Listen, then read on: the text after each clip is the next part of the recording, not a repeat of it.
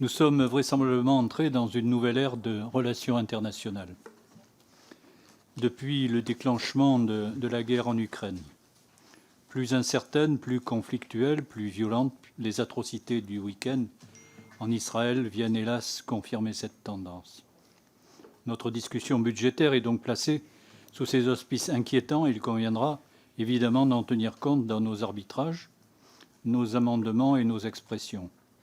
Nous allons débuter demain en commission l'examen des rapports pour avis sur le prélèvement européen, l'aide publique au développement, l'audiovisuel extérieur, avant d'examiner la semaine prochaine ceux consacrés à l'action extérieure de la France ou à la diplomatie culturelle et d'influence. Avec mes collègues du groupe, nous aurons évidemment quelques amendements sur chacune de ces missions, mais nous allons devoir évidemment prendre en considération cette nouvelle donne internationale. Ainsi, l'Allemagne, l'Autriche ou d'autres pays ont d'ores et déjà fait savoir qu'ils reconsidéraient l'attribution de leurs aides au développement suite aux récents événements. Que va décider la France? Que va décider l'Europe? De même, notre stratégie d'influence est interrogée par les ambitions assumées de désinformation de plusieurs pays comme la Russie, la Chine ou la Turquie. Sans demander dans cette audition publique que nous soient dévoilées des informations qui pourraient devoir rester secrètes, vous comprendrez que notre travail budgétaire est également lié à ces inflexions diplomatiques et stratégiques, et je souhaiterais vivement, Madame la Ministre, que vous nous éclairiez sur les dernières informations sur la situation militaire en Ukraine, évidemment, puisqu'on a tendance à ne plus en parler depuis pratiquement une semaine. Je vous remercie, Monsieur le député. Madame la Ministre. Merci, Monsieur le député David. Merci, Monsieur le Président.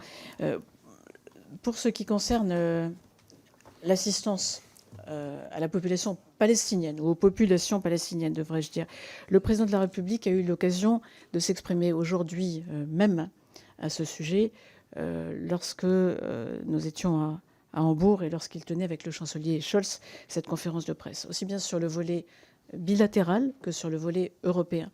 Pour ce qui concerne le volet bilatéral, qui se monte à environ 95 millions d'euros, si l'on inclut les 22 millions approximativement que la France donne comme contribution à l'UNRWA. Cette aide passe par un certain nombre de mécanismes extrêmement précis et rigoureux, de façon évidemment à s'assurer qu'ils proviennent bien aux populations, soit directement dans le domaine de l'éducation en particulier, nous faisons beaucoup de choses, soit par le canal des organismes des Nations Unies, je viens d'en évoquer un, qui agissent sur le terrain.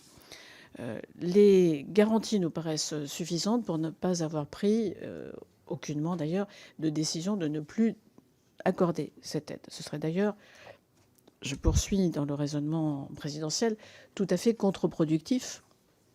Et nombre de nos partenaires le comprennent, y compris d'autres, je n'ai pas exprimé en leur nom, qui ne sont pas européens. Pour ce qui est de l'aide européenne, nous avons regretté qu'il y ait eu hier soir un peu de confusion dans les prises de position au sein de la Commission, avec une série de propositions qui ont ensuite été précisées, comme vous l'avez vu. Et donc, de la même façon qu'il n'y a pas lieu de suspendre cette aide, et là aussi, l'aide européenne obéit à des procédures tout à fait strictes avec les mêmes finalités, il n'est pas décidé par l'Union européenne ou ses États membres de suspendre l'aide européenne. Ce qui peut être engagé, c'est un processus de revue, peut-être est-ce que je m'exprime en mauvais français, de façon à vérifier très précisément une nouvelle fois ce qu'il en est. Mais encore une fois, je regrette, et nous sommes nombreux à regretter, les échos un peu confus qui ont été émis hier sans concertation, et sans concertation même au sein du collège. Vous aviez une autre question, je crois que j'oublie de traiter. Oui, vous avez... Ah oui, sur la situation en Ukraine, bon, en peu de mots, mais c'est un sujet important évidemment. Les 27 étaient réunis lundi dernier en Conseil Affaires étrangères, tout à fait exceptionnellement se tenant à Kiev, ont à la fois réaffirmé leur soutien militaire, économique, diplomatique et envisagé et des mesures pour aider l'Ukraine à passer l'hiver, et sur le plan militaire, mais pas seulement, la façon de continuer d'être à ses côtés dans une guerre qui peut être appelée à durer, comme nous le voyons.